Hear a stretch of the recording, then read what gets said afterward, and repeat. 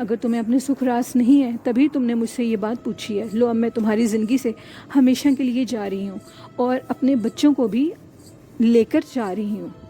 اس پری نے ان بچوں کو اور اپنے ساتھ لے کر وہ اس کے گھر سے غائب ہو گئی. وہ شخص بہت رویا پیٹا، اتنا رویا پیٹا کہ وہ اس کے پاس دوبارہ نہیں آیا، اور وہ یہی کہتا رہا کہ مجھے ایک دفعہ معاف کر دو. میرے کہنے کا یہ مطلب نہیں تھا کہ تم مجھے ہمیشہ کے لیے چھوڑ کر چلی جاؤ. لیکن اب وہ کہاں واپس آتی. وہ کہتی ہیں رباب کہ اس نوکر نے ہمیں بتایا کہ اس کے بعد وہ اسی جگہ جہاں سے وہ پری اس پہ عاشق ہوئی تھی یا جو بھی تھی، وہ اسی جگہ گیا اور کہا کہ تم مجھے معاف کر دو، مجھے میرے بچوں سے ملوا دو، میں تمہاری شکل دیکھنا چاہتا ہوں. لیکن یوں ہی کئی سال گزر گئے اس شخص کو روتے ہوئے، کچھ بھی حاصل نہ ہوا. وہ روز اس جگہ پہ جاتا تھا اور روز روتا تھا، لیکن کئی سالوں کے بعد بھی اس پری نے اس کی کسی بات کا بھی کوئی سوال جواب نہیں دیا. ایک دن وہ ادھر بیٹھا رو ہی رہا تھا کہ ایک عورت آئی اور اس عورت نے کہا کہ تم کیوں رو رہے ہو. اس نے بتایا کہ میرے ساتھ ایسا واقعہ پیش آیا ہے، جس پہ اس عورت نے کہا کہ میں ایک جن زادی ہوں اور وہ پری سب جنات کی ملکہ ہے. اگر تم اس سے مت پوچھتے کہ وہ کون ہے تو شاید تم اس پورے علاقے کے بادشاہ بن جاتے. تمہیں اتنی دولت ملتی کہ تم اس کو سنبھالنے کی جگہ بھی نہ رکھتے. تم نے ایسا کیوں کیا؟ تم نے اس سے کیوں پوچھا کہ وہ کون ہے؟ کیا تمہیں اپنے سکھ راس نہیں تھے؟ جس پہ اس نے اس جن زادی سے کہا کہ میں تمہارے ہاتھ جوڑتا ہوں، میری زندگی میں اس کو واپس لے آؤ. اس نے کہا کہ یہ مشکل کام ہے بہت، شاید اب وہ تمہاری زندگی میں نہ آئے، لیکن پہاڑی کے اوپر ایک غار بنی ہوئی ہے، اس غار کے باہر ایک جن بیٹھا ہوا ہے. اگر تم اس جن کو مار دو گے تو ہو سکتا ہے وہ پری تمہارے پاس دوبارہ واپس آ جائے. اس سے زیادہ میں تمہاری کوئی مدد نہیں کر سکتی.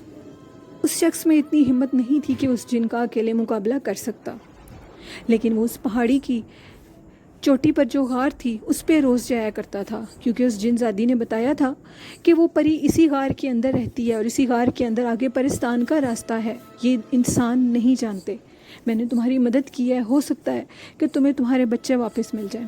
کئی سال گزر گئے. دوبارہ روتے ہوئے وہ دوبارہ اسی جگہ پر آیا جس جگہ پر وہ پری رہتی تھی. اب پھر وہ جن زادی اس کو ملی اور اس نے کہا کہ کیا تمہیں وہ پری دوبارہ نہیں ملی؟ جس پہ اس نے کہا کہ نہیں، نہ تو میں اس جن کو مار سکا ہوں اور نہ ہی وہ پری مجھے واپس ملی ہے. اس نے کہا کہ آج اس پری کے باہر غسل کا ٹائم ہے، اگر تو تم اس ٹائم پہ اس جگہ پہ چلے جاؤ گے تو ہو سکتا ہے اس کے دل میں تمہارے لیے ترس آ جائے. اس شخص نے ایسے ہی کیا اور وہ اس ٹائم پر اس جگہ پہ چلا گیا. اس پری نے جیسے ہی اس کو دیکھا تو وہ بہت غصے میں آئی. اس نے اس شخص کو کہا کہ تم میری جان چھوڑ دو اور چلے جاؤ. میں نے تمہیں بہت سمجھایا تھا لیکن تم نے میری بات نہیں مانی. اب میں تمہاری زندگی میں کبھی بھی واپس نہیں آؤں گی. اور رباب کہتی ہیں کہ اس نوکر نے کہا کہ اس شخص نے اسے کہا کہ مجھے ایک دفعہ مجھے میرے بچوں کی شکل دکھا دو. جیسے ہی اس نے اس کی وہ بات مانی اور اس کے بچوں سے اس کو ملوا دیا. ملوانے کے بعد اس نے بہت معافیاں مانگی. معافیاں مانگنے کے بعد اس پری نے اس کو کسی طریقے سے معاف کر دیا. اور اس سٹوری کا اینڈ یہ ہوا کہ وہ اس شخص کو لے کر پرستان چلی گئی.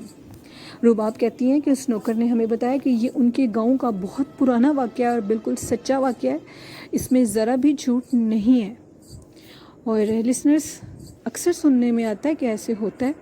آگے اللہ بہتر جانتا ہے کہ یہ سچ ہے یا جھوٹ ہے. یہ تو اللہ ہی بہتر جان سکتا ہے، ہم لوگ نہیں جان سکتے. جن لوگوں کے ساتھ یہ واقعات پیش آتے ہیں ان کے ساتھ اب وہی جانتے ہیں کہ ان کے ساتھ کیا ہوتا ہے. ہم کسی کی بھی بات کو بھی جھوٹ نہیں کہیں گے اور اللہ سے یہ دعا کریں گے کہ سب کو ایسی مشکل آزمائش سے اللہ باہر نکالے اور کبھی کسی کے ساتھ یوں ہو. اور لسنرز، یہ آج کی سٹوری تھی جو رباب نے ہمارے ساتھ شیئر کی. آپ کو یہ سٹوری کیسی لگی؟ اپنا فیڈ بیک آپ نے مجھے ضرور دینا ہے اور آپ بھی اپنی سٹوریز میں اسے شیئر کیا کریں. ای میل ایڈریس پہ یا کومنٹ باکس میں آپ کو اپنا ای میل سینڈ کر سکتی ہوں. اور لسنرز، اپنا بہت زیادہ خیال رکھا کریں. کسی کے لیے تکلیف کا باعث کبھی مت بنیے گا، ہمیشہ سکون دینے والے بنیں. اور آپ کو میرا یہ میسیج کیسا لگا یہ بھی مجھے بتائیے گا. اور آپ بھی اپنی اچھی اچھی باتیں ہمارے ساتھ شیئر کیا کریں. آپ کا نیم لے کر میں ان کو آن ایئر کیا کروں گی. مجھے بہت اچھا لگے گا. لوگوں تک اچھی بات پہنچانا بھی بہت ثواب کا کام ہے. اسی کے ساتھ اپنی ہوسٹ نیلم کو اجازت دیجیے. دعاؤں میں یاد رکھیے گا اور اپنا بہت سا خیال رکھیے گا. اللہ حافظ. اللہ نگہبان.